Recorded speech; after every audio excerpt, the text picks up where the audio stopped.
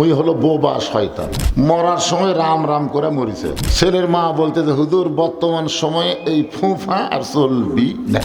মানে কোন দোয়ায় কান্দা বন্ধ হচ্ছে? দোয়া লাগেনি হুজুর, যখনই কান্দে তখনই মোবাইল চালু করে দেয়। এখন আসেন যে কোরআন থেকে আপনারা আলোচনা শুনবেন, এই কোরআনের মধ্যে কোনো সন্দেহ সবাই বলা লাগবে। দুই একজন বলবেন, দুই একজন বলবেন না, তাহলে ফেরেশতারা আবার প্রত্যেকটা আমরা যারা এখানে বসেছি আমাদের সবার সাথে দূরে করে ফেরেশতা আছে না নাই?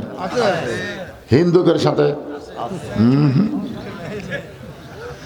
শুধুমাত্র যারা ঈমানদার, শুধুমাত্র যারা আল্লাহ রাসূলকে বিশ্বাস করে তাদের কান্দে দূরে ফেরেশতা আছে। হিন্দুদের কান্দর থাকা লাভ কি? ওর কি কিছু লেখার আছে? যারা ঈমান নাই তার কি লিখবে? এই জন্য আমরা যারা এখানে বসে আছি আমাদের সকলের সঙ্গেই দুইটা ফেরেশতা আছে। এই ফেরেশতার কাম কি? আল্লাহ কোরআনে বলেন, কিরামান কাতিবিনা ইয়ালামুনা মা তাফআলুন। আমি যখন বললাম কোরআনের সন্দেহ, আপনার যেই নাই বললেন সঙ্গে সঙ্গে ডান কান্দের ফেরেশতা লিখে ফেলে দিল। কিন্তু যারা জবান বন্ধ করে থাকলেন, এখন ফেরেশতারা তো বেকায়দা। আল্লাহ বলতেছে, আল্লাহ আমরা কি লিখবো? আল্লাহ বলতেছে ও যখন জবান বন্ধ করে আছে বাম কান্দের ফেরেশতা লেখ। তো বাম কান্দের ফেরেশতা বলে আমিও তো শুনিনি আল্লাহ।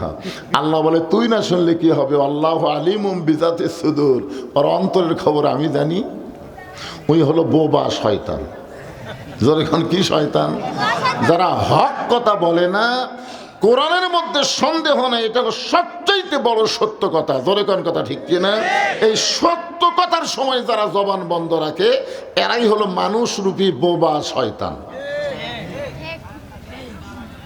তাও সবাই ঠিক কয় না। এই কোরআনের মধ্যে কোনো সন্দেহ, এই কোরআনে কোনো গোজামিন, এই কোরআনে কোনো ধোঁকা। এখন আপনার বলেন তো এই কোরআন আল্লাহ আমাকে কি জন্য দিছে? পড়ার জন্য, তাই না? হায় হায় রে, এই কোরআন পড়িছে, কোরআনের বাংলা অর্থ পর্যন্ত লিখছে, মরার সময় রাম রাম করে মরিছে। এর নাম হলো গিরিশচন্দ্র সেন। জোরে করে এর নাম কি? কোরআন পড়িছে, না পড়লে কোরআনের বাংলা অর্থ লিখবার পারে? কোরআন পড়িছে, কোরআন বুঝিছে, এরপরও রাম রাম করে মরে গেছে। তার মানে বোঝা গেল শুধু কোরআন পড়ার জন্য আল্লাহ দেয়নি, শুধু কোরআন বোঝার জন্য আল্লাহ দেয়নি, কোরআন মোতাবেক নিজের জীবনকে পরিচালনা করার জন্য আল্লাহ কোরআন দিয়েছে। জোরে কোন কথা ঠিক কিনা? এই জন্য আল্লাহ কোরআনকে লক্ষ্য করে বললেন, অনুনাজ্জিলু মিনাল কুরআনি মা হুয়া শিফাউ ওয়া রাহমাতুল লিল মুমিনিন। মুমিনদের জন্য, সবার জন্য না।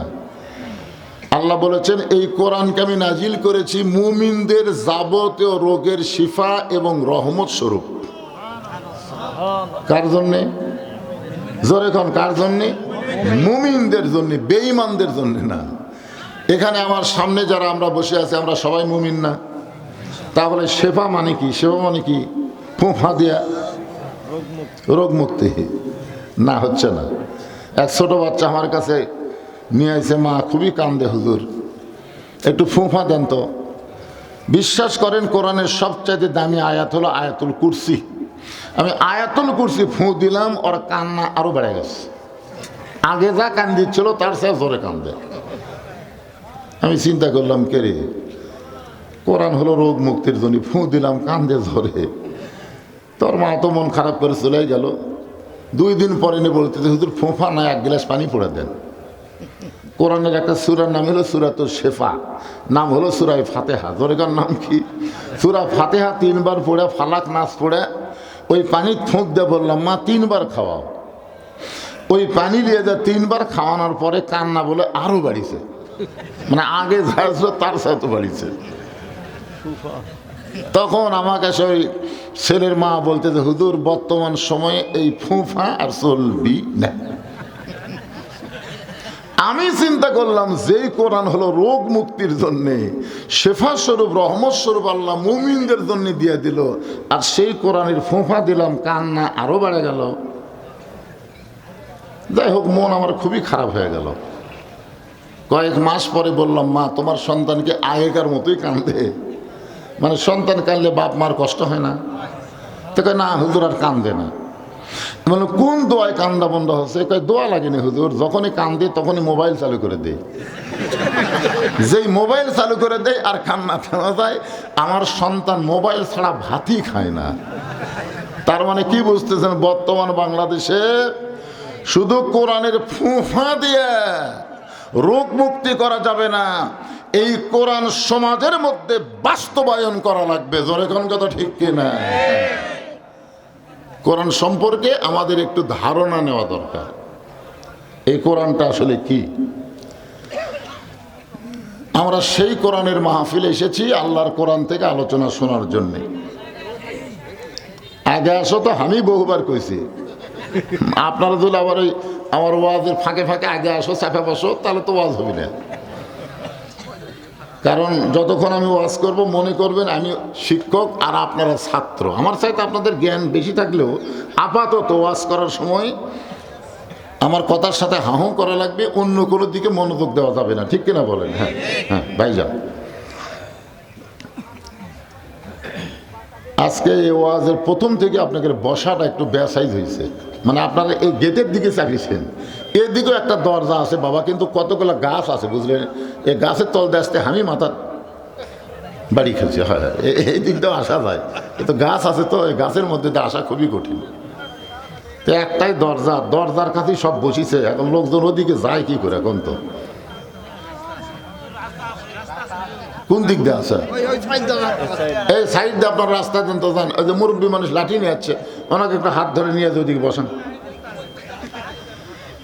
একটু জিকির করেন লা ইলাহা ইল্লাল্লাহ, লা ইলাহা ইল্লাল্লাহ, জোরে লা ইলাহা, লা ইলাহা ইল্লাল্লাহ মুহাম্মাদুর রাসূলুল্লাহ সাল্লাল্লাহু আলাইহি ওয়াসাল্লাম। আল্লাহ তাআলা এই কোরআনে বললেন, ফাদখুলি ফি ইবাদি ওয়াদখুলি জান্নাতি। ছোট্ট একটা আয়াত, কিন্তু এই আয়াতের মধ্যে যে কত কথা।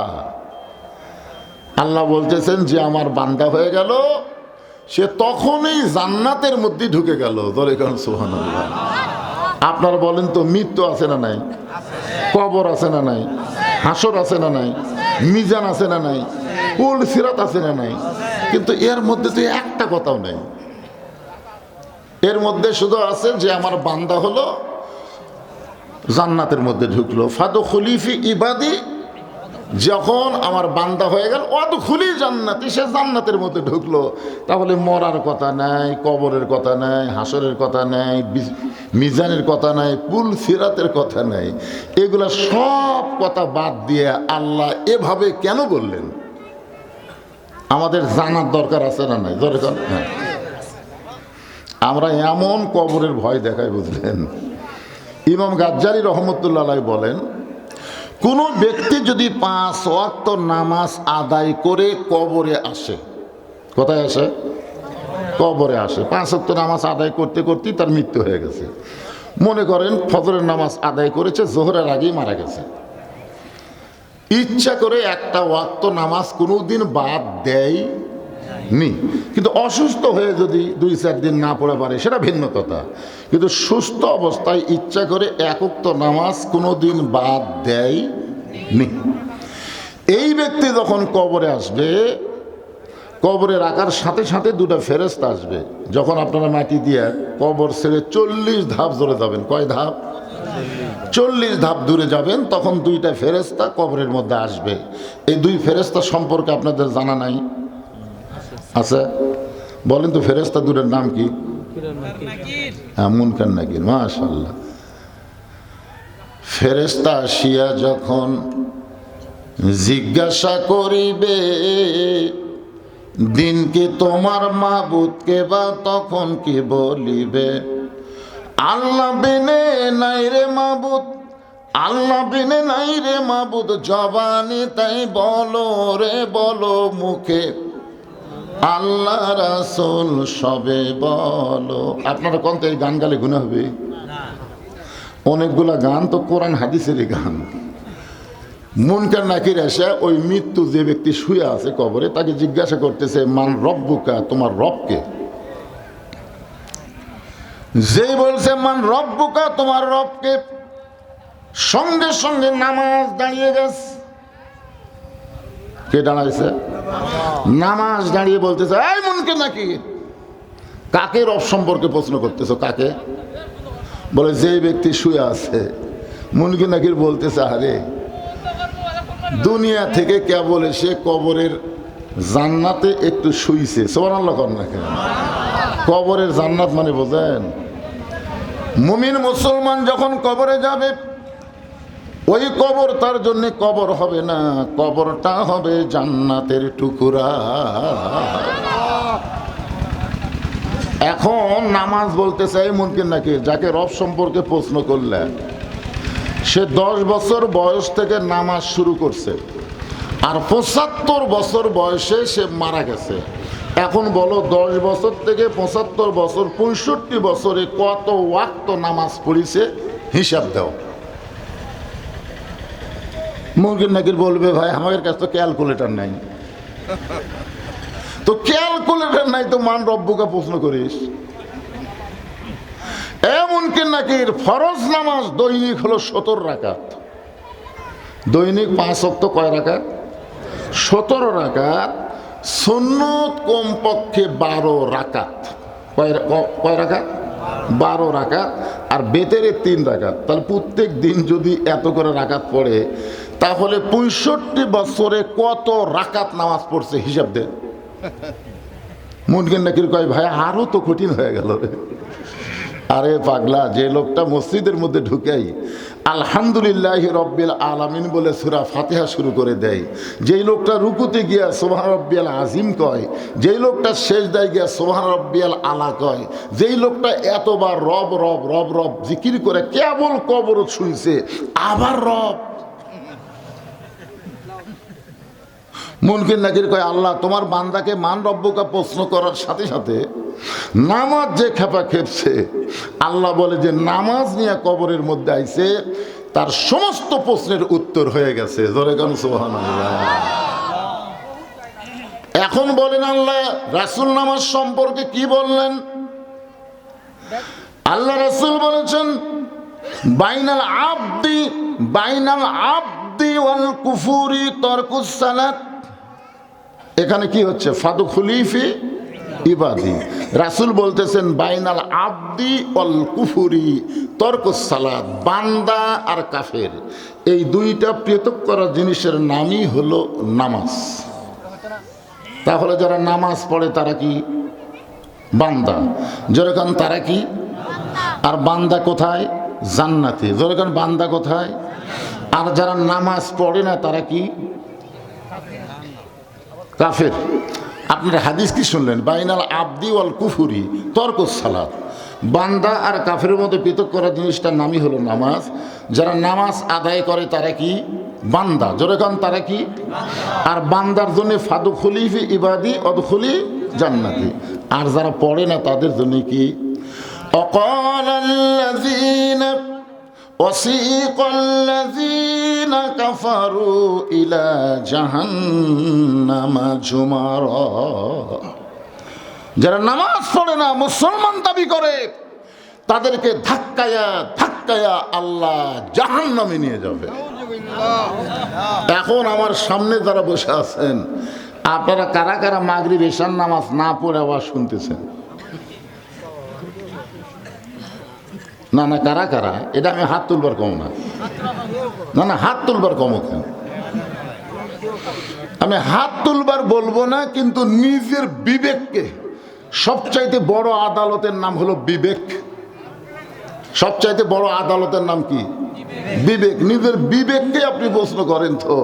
এশার নামাজ না পড়ে যারা ওয়াজ শুনতেছেন, ফজরের নামাজের আগে যদি মারা যান, যদি মারা যান, তাহলে দুনিয়ার কত হুজুর আপনার জন্য দোয়া করলে আপনি জান্নাতে যাবেন। কারণ রাসূল ডাইরেক্ট বলেছেন, লা সলাতা লা ইমানা, যার নামাজ নাই তার ঈমান নাই। আল্লাহ রাসূল বলেছেন, লা সলাতা লা দীন, যার নামাজ নাই তার কোনো ধর্মই নাই। এমন একটা কঠিন হাদিস বুখারী শরীফের মধ্যে আছে, মান তারাকা সালাতু মুতাম্মিদান ফাকাত কাফারা। এই ছেলেরা, যুবকেরা চিন্তা করতেছে, হুজুর তো হামাকের বিরুদ্ধে ওয়াজ দিলেন। আপনারা বলেন তো, নামাজ কি বুড়া বয়সের নামাজ না যৌবন বয়সের নামাজ? আমি যদি এই বয়সে আল্লাহর সামনে হাজিরা দেই, এই বয়সে, এখন যে আমার বয়স চলতেছে, আল্লাহ আমাকে বলবে তোমার বুড়া কালের কোনো হিসাব আমাকে দেওয়া লাগবে না, তোমার শৈশবকালের কোনো হিসাবই আমি আল্লাহ চাই না, খালি যৌবন কালের হিসাব দিয়ে জান্নাতে যাও। এই জন্য রাসূল বলেছেন 7 বছর থেকে নামাজের তালিম দাও, আর 10 বছর থেকে জোর করে নামাজ ধরাও। মুসলমানেরা যখন নামাজ ধরবে, ওই মুসলমানের জন্য আর কোনো অন্যায় কাজ করা সম্ভব নয়। এই কথা আমি বলি নাই, বলেছে আমার আল্লাহ। জোরে কোন, কে বলেছে? ইন্নাস সালাতা তানহা আনিল ফাহশাই ওয়াল মুনকার, একমাত্র নামাজই পারে মানুষকে যাবতীয় বেহুদা ফায়সা খারাপি কাজ থেকে বাঁচায় দিতে। আমাদের প্রত্যেকের যুবকের হাতে একটা করে মোবাইল আছে না নাই? যুবক তো দূরের কথা, পুচকের হাতেও তো একটা দেখা যাচ্ছে।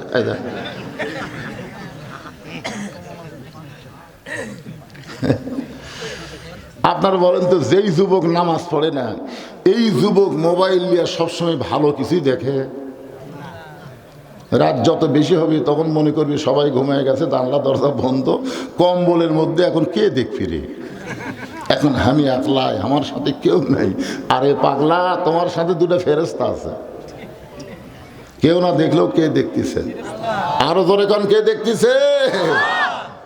এই জন্যে ফাদখুলি ফি ইবাদি ওয়াদখুলি জান্নাতি, তুমি যদি আল্লাহর বান্দা হবার পারো, তোমার জন্য মৃত্যু, কবর, হাসর, মিজান, পুলসিরাত কোনো কিছুই বাধা দেবে না। সরাসরি 8টা জান্নাতের দরজা আল্লাহ খুলে দিবে। ওয়াসিকাল্লাযীনা তাকাউ রাব্বাহুম ইলাল জান্নাতি যুমারা হাত্তা ইযা জাউহা আফতিহাত আবওয়াবুহা ওয়া ক্বালা লাহুম খাযানাতুহা সালামুন আলাইকুম তিবতুম ফাদখুলুহা খালিদিন।